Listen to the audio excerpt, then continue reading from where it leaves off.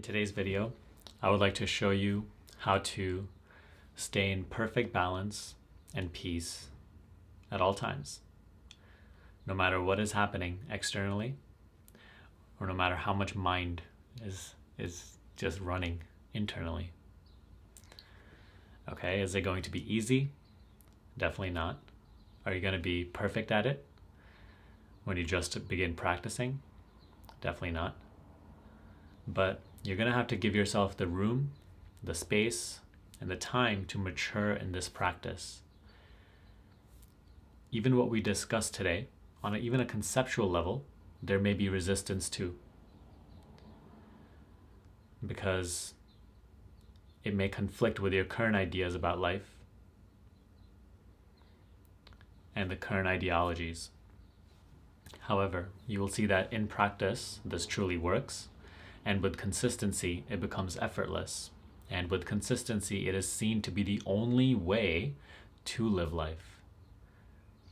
Many of the spiritual teachings, the mind does not find practical, right?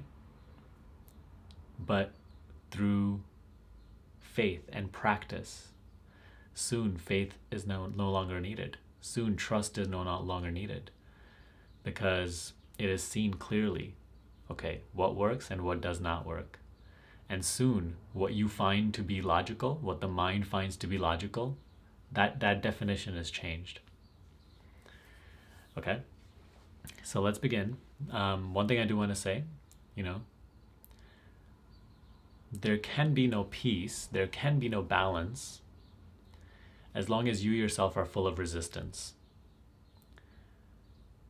If you resist half of life and you create these distinctions between pleasant, unpleasant, what I want, what I don't want, there can be no peace.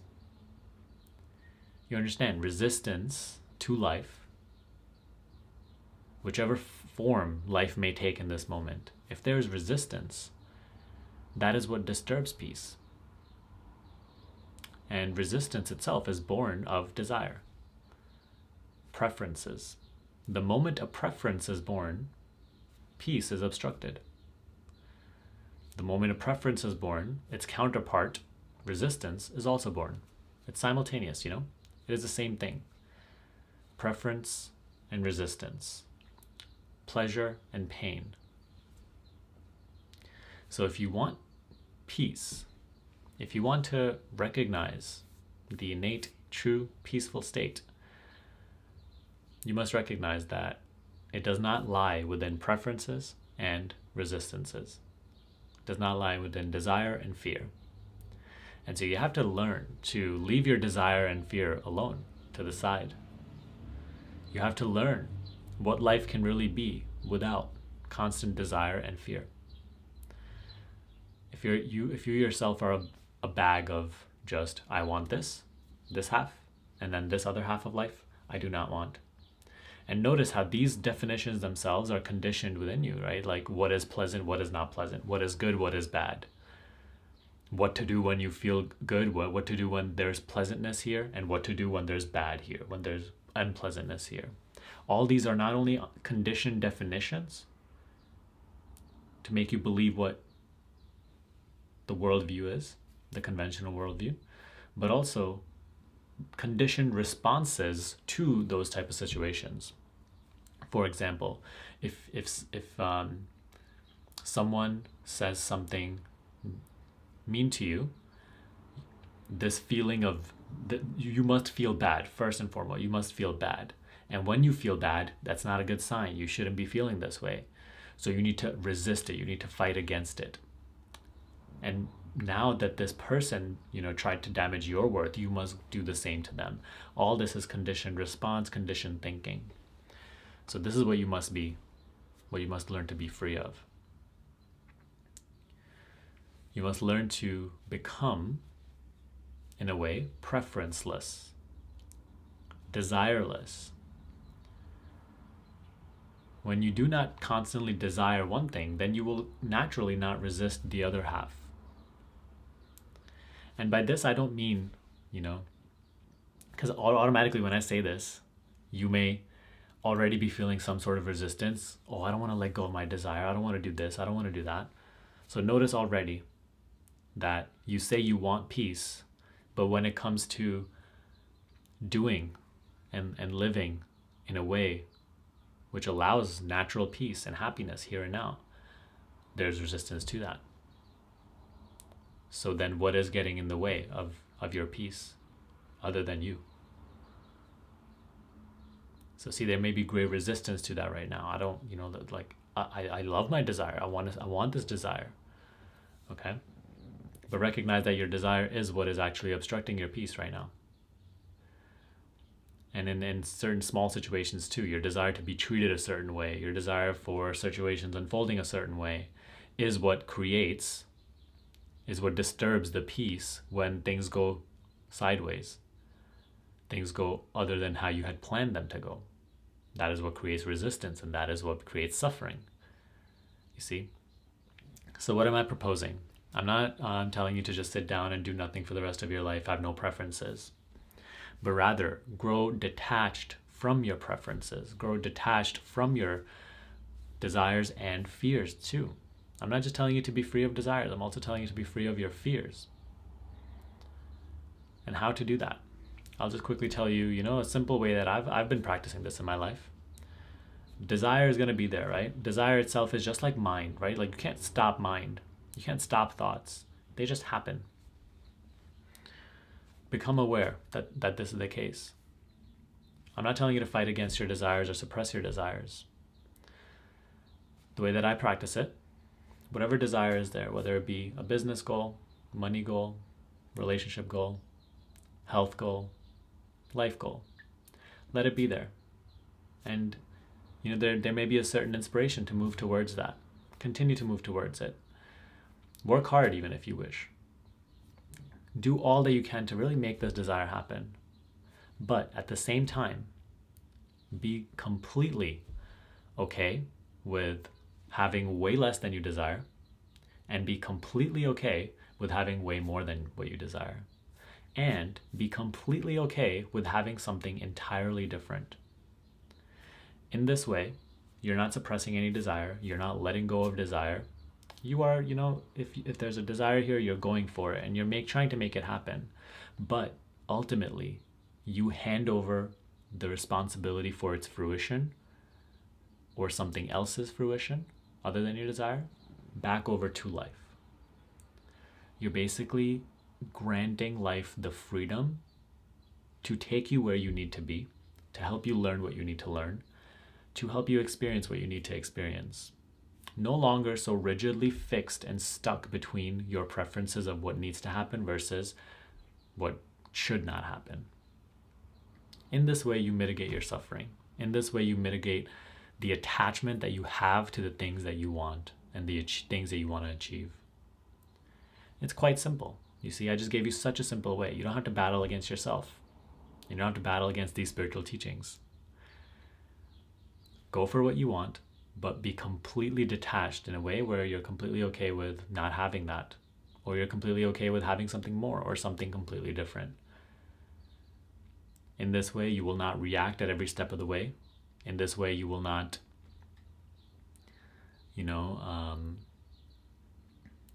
suffer when things go sideways, which they always do. The nature of life is spontaneous. It always unfolds differently than how you planned it. So now you can actually rejoice and be on the adventure of life, which is always here now, rather than just stuck in the future or the past and suffering of how it's actually unfolding. Okay? So that's one aspect of it. The second is to now also let go of your fears, right? And how to do that. Luckily for you, I've also created a very, very simple way to do that.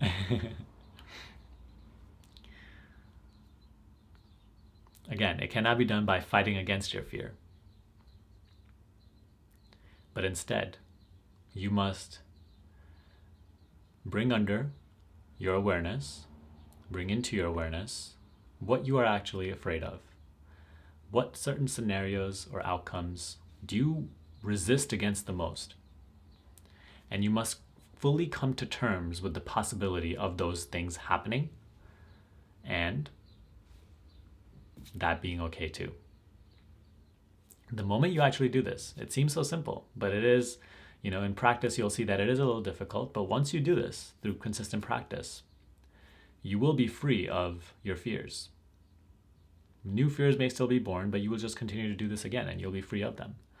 Recognize that you can only fear what you don't know. You can only fear what you don't accept. What you accept, there's no longer a need to fear. So for example, if you are really, really afraid that one day, you're going to get into a car accident and lose a limb, then actually then you may even in your mind sense yourself running away from it and trying to avoid that thought just in case it happens. Or you would think oh my God, if that happens, that'd be so bad. So actually, when that thought arises, when that fear arises, rather than running away from it, rather than resisting it or suppressing it or dwelling in it, simply become okay with that possibility. See how when you actually just become okay with that possibility occurring and recognizing that, the same intelligence that creates a problem is the same intelligence that solves a problem in the now as well. So even if that was to occur, I would be okay. And in just doing that, fully accepting the possibility of this horrific situation happening,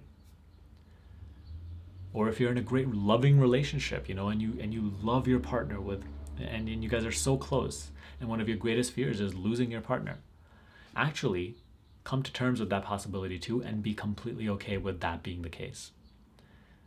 And recognize that you will still be okay, life will still move on, and you will lose nothing. Again, if you lose something, you will also gain something, whatever that may be. The same intelligence which creates a problem is the same intelligence which in that same moment also solves the problem.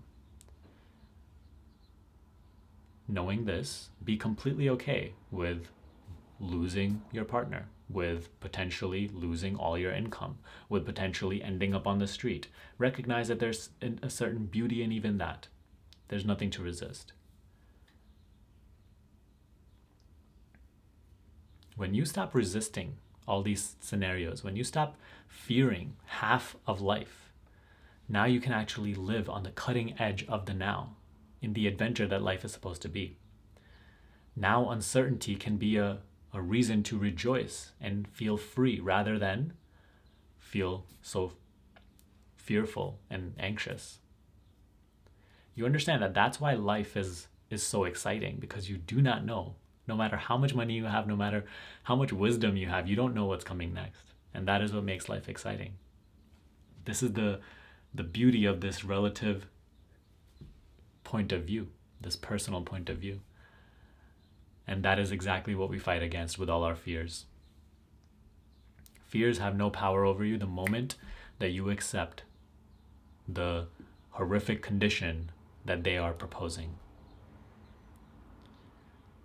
And in this way, if you let go of so much attachment to your desires and fearing all these potential outcomes, you can actually just be here with what is and actually be at peace. This is peace unobstructed by desire or fear. This right here is an impersonal point of view. Desire and fear keep you contracted into personhood, into limitation, into contraction, into living a programmed existence, robotic, just clinging on to one half and then resisting the other half. It makes you a predictable thing. It tries to standardize life and plan for the next moment. It takes the fun out of it. The juice of life, it eliminates that. So once you start to live in the way that I just proposed, you will see life become fresh. You will see yourself not really looking forward to anything constantly. The next weekend, the next party, the next vacation, but rather you can actually just be here. And actually you will notice that right now there may be nothing to look forward to in the now in your life, right? But you will see the moment you start living like this and you start actually being here now, free of desire and fear, Your life itself will become filled with things to be happy about. Your passions, what you actually enjoy, what you love. And this is a spontaneous unfoldment. You will see for yourself if you stay consistent with this, that life unfolds in this way in a relatively short period of time. That is the beauty of being free of desire and fear. That is the beauty of living in peace, as peace. Happiness is not a fleeting emotion here. Happiness is not tied with objects. I always say, right? It is an aspect of your own being.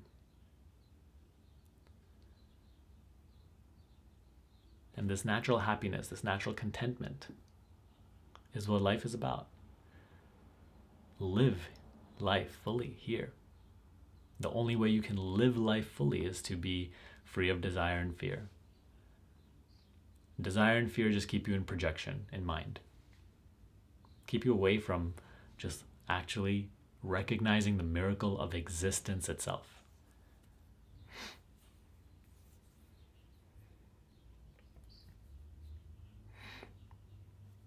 So create an attitude that all is sufficient. Right? When you are free from desire and fear, attachment and resistance, naturally, there's just this sense that all is sufficient. Whatever is allowed to be. Even the unpleasant situations and circumstances, they are allowed to be. And you recognize that even an unpleasant feeling is just a feeling, it's just an experience.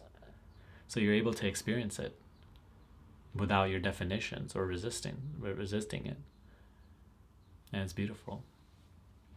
And no longer does what happen in physical reality and what happens in mind, no longer does it have the power to just pull you into suffering. And therefore you remain grounded in peace and happiness, in truth. Practice this, my friend. Okay? Always, if you haven't already, watch my free masterclass down below that teach you how to practically, step by step, start making this shift from living from mind to living from awareness. Okay? That is in the description box below. Also, I am doing enrollments for my program now, the Higher Consciousness Shift. So if you're interested in working with me personally, link is down there in the description box below as well. But other than that, I hope you have a great day. I hope this added great value to your life. If it did, give me a thumbs up, subscribe to this channel, and I will see you in the next video.